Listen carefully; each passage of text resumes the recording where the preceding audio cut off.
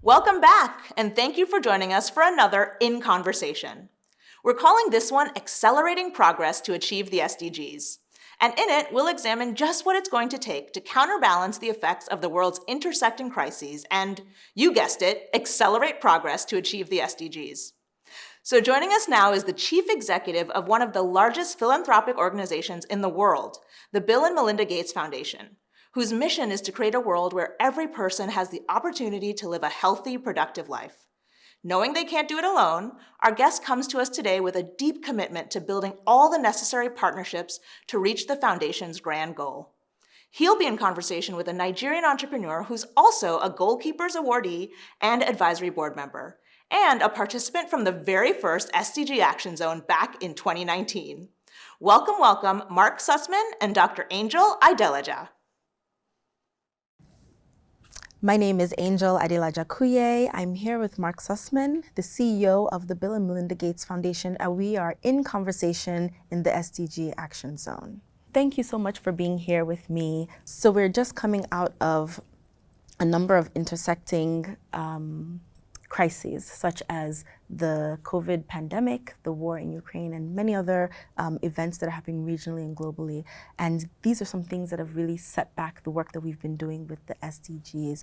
And we've come a long way from the MDGs and also with with the new goals that we've set for the SDGs. But I really wanted to know, with what you've been doing, the work that you've done with the Global South, and the work that you've done in the SDGs with the foundation, what are your thoughts on how far we've come on the Sustainable Development Goals, and where do you really think that we need to put the effort if we want to really start to make progress? Yeah, well, one thing we know is that the world can make progress when it focuses, when it puts the resources in place, when it prioritizes people and planet. That's what we saw in the first 2 decades of the 21st century, where we saw greater improvements for more people across the planet, across every continent, than at any time in human history in health, education, poverty reduction. Now, as you say, these intersecting crises of food security, the conflict in Ukraine, the post-COVID legacy, everything has been set back. We've had 2 years which have just thrown the world off track from the Sustainable Development Goals. Currently, nearly every SDG is not on track to meet their 2030 deadline. Many people take that as a cause for despair and frustration, but for us, it's actually not just a call to action, it's a demand for action now, because we know there are very concrete investments, from investing in women's economic empowerment to investing in food security to a range of others that can actually change that curve, but it requires everyone to come together and really focus on concrete actions. And when you say bringing everyone together, you have that experience working with the foundation, and of course in the work that you've had in the past, you work with partnerships to build partnerships, and you focus a lot on collaboration.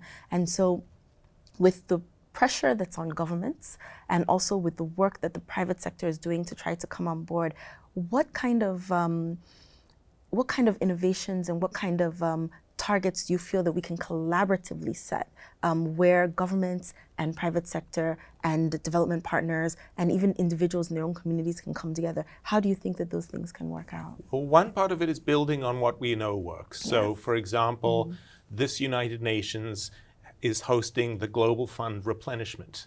The Global Fund to fight HIV, TB, and malaria has arguably been the most successful collective investment and partnership of governments and private and public sector in history. It's already saved 50 million lives. Our aspiration is, by building on that, we will save 20 million more lives in the next 3 years. What are those equivalents in areas like food security? We have just announced a $100 million contribution into the food security crisis right now that's trying to look across the lens of investing in women farmers, because there's a massive gender intersection, thinking about the fertilizer shortage, dealing with the nutrition crisis in the short term, investing in longer term agricultural research, because what you need is new drought and flood resistant crops. You need all of these investments both to deal with the immediate crisis, but then building a similar kind of coalition, in this case focused on climate adaptation, because we know the countries most affected by climate change right now are those who contributed least to the greenhouse gas emissions that are causing it. Sub-Saharan Africa and South Asia. So building those kind of coalitions like we've had with the Global Fund in Health, in climate adaptation and in women's economic empowerment, those are the kind of concrete steps I'm talking about, and we can see some of that action starting to happen now, and I hope that that will really change the trajectory. You are absolutely speaking to my heart, because I understand that it's about equity, it's about also inclusion, and it's about making sure that we invest in people who can actually support, on a larger scale. So I love what I'm hearing about the investment in women. I love what I'm hearing about access to fertilizer and food security, because at the bottom of the bedrock, it's if you can't eat, you don't have nutrition. And if you don't have nutrition, you don't have health. And you don't have so many other, you can't, build yourself economically if you don't have that sound health. So I absolutely love it. And it's actually exciting to hear. Now, when we look at the experience of the current president of the General Assembly has when it comes to developing and working on the SDGs and the advocacy and the push that he's put, what do you think that he and other allies for the SDG can do to also make sure that we get the buy-in of global leaders so that they can take action, on a global scale, but also in their areas of influence? How can we leverage on that? Yes, well, the incoming president, along with his Kenyan counterpart at the time, co-chaired the effort that turned into the SDGs. Yes. So that was a multi-stakeholder effort over several years that brought together civil society, governments, the private sector, actors like us, philanthropists, to make sure that these were realistic goals and targets. They're stretch goals. We wanted to make them aspirational, but they are possible and practical. So what the president can do, what the UN can do, is provide the platforms to convene the actors, to showcase the models, to rebuild the partnerships. The UN is, at its best, the best of the world. Yeah. The SDGs, the Sustainable Development Goals, to spell them out, are not just slogans. They're not just 3 letters. They are a solemn commitment made by every government on the planet to their own citizens and to each other, because they realize we need common challenges. That is what the United Nations stands for. And we've been paralyzed a little by some of these shocks, the COVID shock, the war shock, the other. These are areas of genuine common ground and common need. And I think the UN can and should and must be a place that drives that action, provides the platforms, pulls the partners together, and then keeps measuring. That's why we at the Gates Foundation do our annual Goalkeepers Report and our annual event, because we are tracking every year what is happening, what are the trends, what are the models we can build on and accelerate, what are the lessons we learned where we made a good effort to make change, but it didn't work. There are always going to be some failures, but more important, there are successes we can and must build on and accelerate, like drought-resistant seeds. We have a great example of from both Kenya and India that we cite in our Goalkeepers Report of how that can be transformative. Better water use, better fertilizer use, and again, you can never understate the importance of investing in women, which you cited, because we know it is the women who invest in their own children, who are able to have a pathway out of poverty that then has a big ratchet effect on other SDGs, from nutrition to education to agricultural productivity to poverty reduction.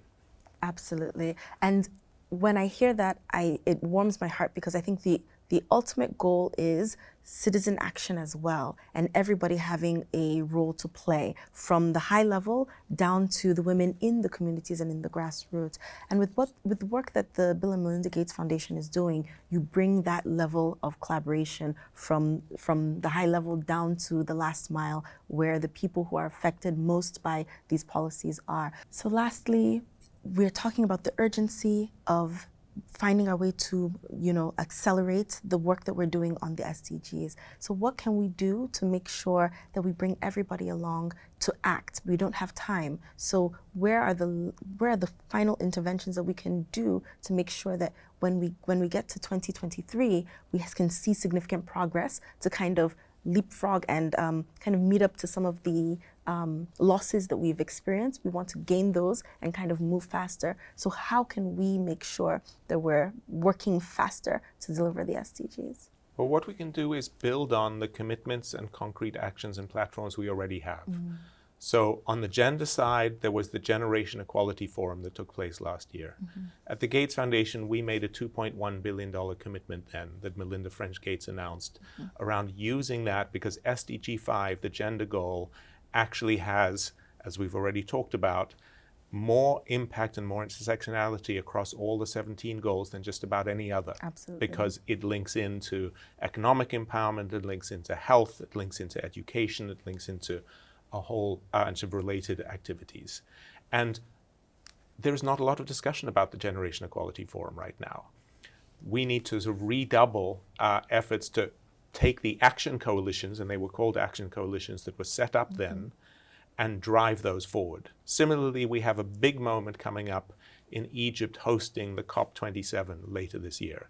So it's hosted on the continent of Africa, where some of the greatest challenges of food insecurity and climate change are happening right now.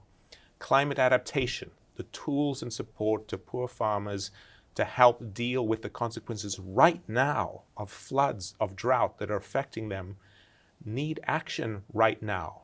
We've had lots of nice statements. There's lots of nice rhetoric.